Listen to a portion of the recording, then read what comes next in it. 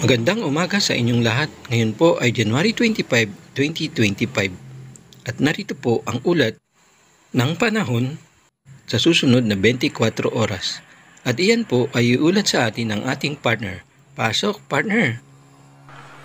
Patuloy pa rin umiiral ang northeast monsoon ng amihan dito sa bahagi ng northern at central Luzon, kung saan ngayon maging sa mga susunod na araw ay bahagyang magiging malakas ito, kung saan magdadala po ito ng bahagyang malamig na panahon sa malaking bahagi ng Luzon. Ngunit ina-expect pa rin lamang po natin na sa mga susunod din na araw ay magiging mataas din yung tsansa ng mga pag-ulan dito sa silangang bahagi ng ating bansa, dulot po yan ng amihan at ng shear line. Samantala, ang eastern naman ay nakaka-apekto pa rin sa malaking bahagi o sa nalalabing bahagi ng ating bansa, kung saan ngayong araw ay magdudulot pa rin ito ng mataas na tsansa ng mga pag-ulan, pagkidlat at pagkulog dito naman sa silangang bahagi at sa katimugang bahagi din ng Mindanao. So pag-iingat pa rin po sa posibilidad ng mga pagbaha at pagguho ng lupa. At sa kasalukuyan ay wala tayong minomonitor or namamataan na bagyo or LPA na maaaring maka-apekto dito sa ating bansa.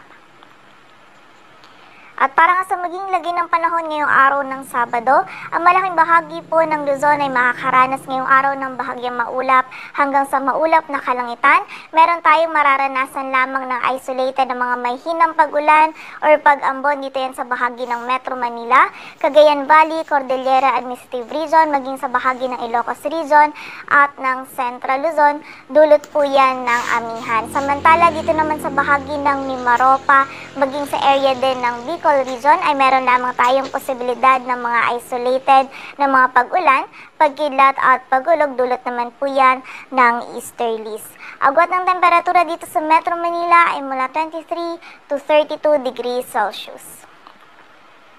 Samantala sa bahagi naman ng Visayas at Mindanao, ang bahagi ng Caraga, Davao Region at ng Sorsogon ngayong araw ay makakaranas pa rin ng maulap na kalangitan at mataas pa rin yung tsansa ng mga kalat-kalat na pag-ulan, pagkidlat at pagkulog, dulot naman yan ng easterly. So muli po, pag-iingat pa rin para sa ating mga kababayan dyan sa posibilidad ng mga pagbaha at pagguho ng lupa. Samantala, dito naman sa buong bahagi ng Visayas, maging sa nalalabing bahagi ng Mindanao ay meron tayong mararanasan pa din ng mga isolated na mga pag-ulan, pagkidlat at pagkulog na dulot pa rin ng easterlies.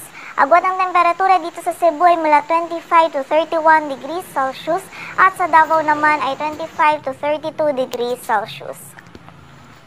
At para naman sa lagay ng dagat baybayin ng ating bansa, wala po tayong nakataas na gale warning, kaya malay makakapalaot yung mga kababayan nating mga isda, pati na rin yung may mga maliliit na sasakyang pandagat. Ngunit sa mga susunod na araw po, kung saan ina-expect natin na posibleng maging mas malakas yung amihan, ay continuous monitoring po tayo sa lagay ng ating dagat baybayin, sa posibilidad po na sa mga susunod na araw is maging katamtaman hanggang sa maalon po yung lagay ng mga dagat baybayin natin dito sa area ng Northern Luzon. Dito sa Metro Manila, ang araw ay sisikat mamayang 6:25 ng umaga at lulubog mamayang 5:52 ng hapon. Hanggang dito na lamang po at naway nakatulong kami kahit sa maliit na bahagi ng aming kaalaman. Bye-bye and see you on my next weather update.